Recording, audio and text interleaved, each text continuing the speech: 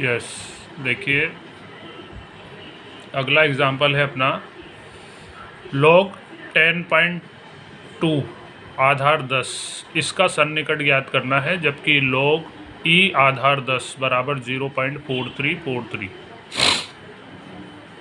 तो हम फलन तो fx तो मान लेते हैं log x आधार 10, जिसमें x तो हो जाएगा 10 और डेल्टा x हो जाएगा आपका 0.2। ठीक है, तो f10 का मान निकालें, fx का f10, तो log 10 आधार 10 तो वो 1 हो गया, और fx क्योंकि अपना ये था log x आधार 10, इसका आधार परिवर्तन करें आधार e करने के लिए, है ना। log e आधार 10 इंटू log x आधार e, ये आधार परिवर्तन का सूत्र होता है ना, उससे ये आधार e बन जाता है, क्योंकि e आधार होगा तभी इसका अवकलन हो पाएगा।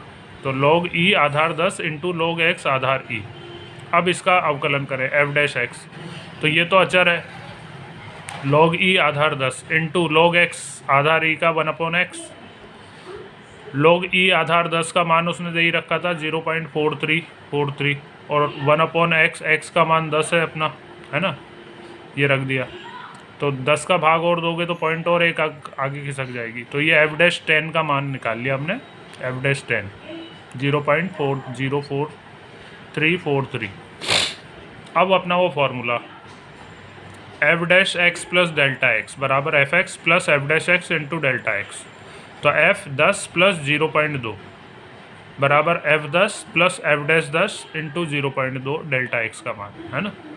तो f10 का मान आया था अपना 1, प्लस f डैश 10 का मान आया 0.04343, और इंटू 0.2 से इसको गुणा करोगे तो 0.008686 प्लस 1 चल रहा है साथ में, है ना। इधर ये 10 f डैश f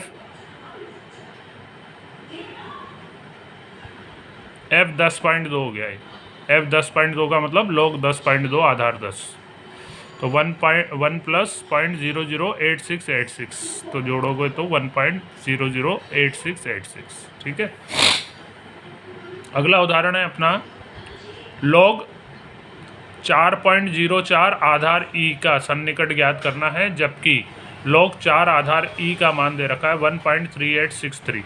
तो वही fx मान लें हम log x आधार e, जहाँ x तो 4 और डेल्टा x 0.04। f4 का मान निकाल लें log 4 आधार e, जिसका मान दे रखा था उसने 1.3863, है ना। f डैश x ज्ञात किया 1/x, तो f डैश 4 1/4 0.25। अब वो formula F X plus delta X बराबर F X plus F dash X into delta X. तो एफ 4 प्लस 0.004 बराबर F 4 F dash 4 into 0.04। F 4 का मान वो निकाल रखा हमने 1.3863, एफ डैश 4 का मान ये रहा 0.25 इंटू 0.04। इनको गुणा करोगे 0.0100, इसको इसमें जोड़ दें 1.3963, ये आ गया आपका एफ 4.04 यानी log 4.04 आधार ई, क्योंकि एफ एक्स अपना log x आधार ई था, है ना। ठीक है, अगला उदाहरण आता है आपका कोस 61 डिग्री का मान ज्ञात कीजिए, जबकि 1 डिग्री का मान रेडियन में 0.01745 रेडियन। तो हम फलन मान लेते हैं एफ एक्स बराबर कोस एक्स, जहाँ एक्स तो 60 डिग्री और डेल्टा एक्स जो अधिक है 1 डिग्री। तो एफ 60 का मान कोस 60 1/2 0.5, एफ डैश एक्स निकाला माइनस कोस एक्स का माइनस साइन एक्स यानी एफ डैश 60 यानी माइनस साइन 60, साइन 60 का मान √3/2 माइनस √3/2। √3 का लगभग मान होता है 1.732 और अपॉन 2 करोगे तो 0.866 माइनस में, तो ये एफ डैश 60 का मान निकल गया 0.866। तो अब F X plus delta X बराबर वो formula F X plus F dash X into delta X. यानी x 60 delta x 1 f 60 f dash 60 into 1 degree. तो f 60 डिग्री 61 डिग्री बराबर f 60 का मान निकाल ही रखा है अपन ने 0.5 माइनस 0. ये इसका f डैश 60 का मान माइनस 0.866 और इंटू 1 डिग्री का मान रेडियन में जो दे रखा था उसने 0.1745 वो रख दिया। तो ये गुणा करने पर ये 0.01511, इसको 0.5 में से घटाओगे 0.4848, ये आ गया आपका f 61 डिग्री। f 61 डिग्री का मतलब cos 61 डिग्री है ना, ये लग गया। ठीक है, अगला उदाहरण है आपका x मीटर भुजा वाले घन की भुजा में, ये वो दूसरे सूत्र पर आधारित है ना, डेल्टा y बराबर dy बटा D x into delta x. ये वाला जो सूत्र था ना अपना, डेल्टा y बराबर dy by D x into delta x है ना, x में परिवर्तन के सापेक्ष y में परिवर्तन है ना। तो x मीटर भुजा वाले घन की भुजा में 1% वृद्धि होने के कारण घन के आयतन में होने वाला परिवर्तन ज्ञात है। तो भाई घन का आयतन v बराबर एक्स क्यूब, जहाँ डेल्टा x आपको 1% वृद्धि बता रखी है, x की 1% है ना, भुजा की 1%। तो x का 1% निकाले, x इंटू 1/100 यानी x/100, तो 0.01x इतनी वृद्धि हुई है भुजा में है ना। अब इसका अवकलन किया x के सापेक्ष, dv बटा डी एक्स बराबर एक्स क्यूब का 3x स्क्वायर। अब वो सूत्र लगाएं, क्योंकि हमें निकालना क्या है, dv निकालना है, आयतन में परिवर्तन। तो dv बराबर dv बटा D x into delta X. तो डेल्टा v बराबर dv बटा डी एक्स का मान 3x स्क्वायर और डेल्टा x का मान अभी निकाला था हमने 0.01x, तो ये हो गया 0.03x क्यूब मीटर क्यूब। इतना आयतन में परिवर्तन होगा है ना। अगला उदाहरण है, एक गोले की त्रिज्या 7 सेमी मापी जाती है r, जिसमें 0.02 सेंटीमीटर की त्रुटि है डेल्टा r। तो इसके आयतन में सन्निकट त्रुटि ज्ञात कीजिए, यानी डेल्टा v हमें निकालना है। तो गोले का आयतन v बराबर 4/3 पाई r क्यूब, जहाँ r उसने दे रखी है 7 सेंटीमीटर और डेल्टा r भी बता रखा है उसने 0.02। तो इसका अवकलन करें r के सापेक्ष, dv बटा डी आर बराबर 4 पाई r स्क्वायर, 3 आगे आएगा वो कट जाएगा, 4 पाई r स्क्वायर है ना। अब वो सूत्र लगाया, dv बराबर dv बटा D R into delta R, बस वो डेल्टा x की जगह डेल्टा आर है और डेल्टा वाई की जगह डेल्टा वी है, बस वो राशियाँ चेंज होती है ना। तो dv बटा डी आर का मान 4 पाई r स्क्वायर और इंटू डेल्टा आर का मान 0.02। आर भी इसने दे रखी थी 7, वो रख दी, तो 7 का स्क्वायर 49, इनको गुणा करोगे 3.97 पाई सेंटीमीटर क्यूब, इतना आयतन में परिवर्तन होगा है ना। अगला उदाहरण आ रहा है आपका, सिद्ध करो कि त्रिज्या के मापने में हुई त्रुटि के कारण, त्रिज्या के में मापने के कारण हुई त्रुटि के कारण गोले के आयतन में प्रतिशत त्रुटि त्रिज्या के प्रतिशत त्रुटि की लगभग 3 गुनी होती है। गोले के आयतन में प्रतिशत त्रुटि त्रिज्या में प्रतिशत त्रुटि की लगभग 3 गुना होती है। तो हम मान लेते हैं गोले का आयतन v है और त्रिज्या r है। तो v बराबर 4/3 पाई r क्यूब, इसका r के सापेक्ष अवकलन किया, dv बटा डी आर बराबर वही 3 आगे आएगा 4 पाई r स्क्वायर। अब वो सूत्र लगाया, डेल्टा v बराबर dv बटा D R into delta R, delta v बराबर 4 पाई r स्क्वायर, ये इसका मान, और इंटू डेल्टा आर। अब इनको प्रतिशत में बदलने के लिए v का दोनों तरफ भाग दिया हमने है ना, क्योंकि भाई डेल्टा v का प्रतिशत निकालना है तो परिवर्तन बटा टोटल इंटू 100 ऐसा करके निकालते हैं अपन प्रतिशत है ना।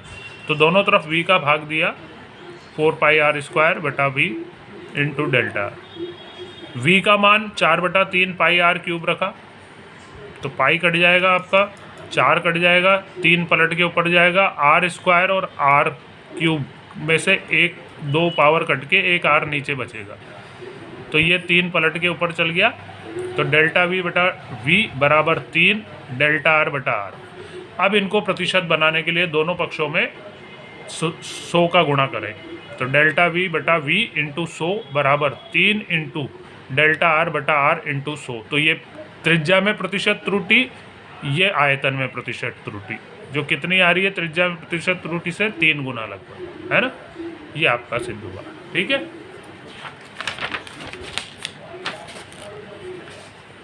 अगला उदाहरण आ रहा है आपका f5.001 का मान ज्ञात करो, जबकि fx इस बार उसने खुद ने बता दिया। अभी तक तो हम fx मानते थे, इसने fx बता दिया। ये वही पहले प्रकार का ही है। fx बराबर x³ माइनस 7x² प्लस 15। तो ये अपने को fx दे रखा है, जिसमें हमने x तो ले ले 5 और डेल्टा x ले ले 0.001। तो f5 का मान निकाल कर रखे 5 का क्यूब 7 इंटू 5 का स्क्वायर प्लस 15। सरल करोगे 125, 25 सत्ते 175 प्लस 15, तो प्लस के हो गए 140 माइनस के 175 घट के ये माइनस 35 बचे। एफ डैश एक्स निकाला 3x² माइनस 7 दूनी 14x। एफ डैश 5 निकाले 3 इंटू 5 का स्क्वायर माइनस 14 इंटू 5, तो 25 थी 75 माइनस 70, ये 5 आ गया। अब वो सूत्र लगाया F X plus delta X बराबर F X plus F dash X into delta X, यानी f5 प्लस 0.001 बराबर f5 plus F dash 5 into 0.001। f5 का मान हमने निकाल रखा था -35, एफ डैश 5 का मान भी 5 और इंटू 0.001। इससे गुणा करोगे 0.005 हो जाएगा। -35 प्लस 0.005 घटाओगे तो -34.995।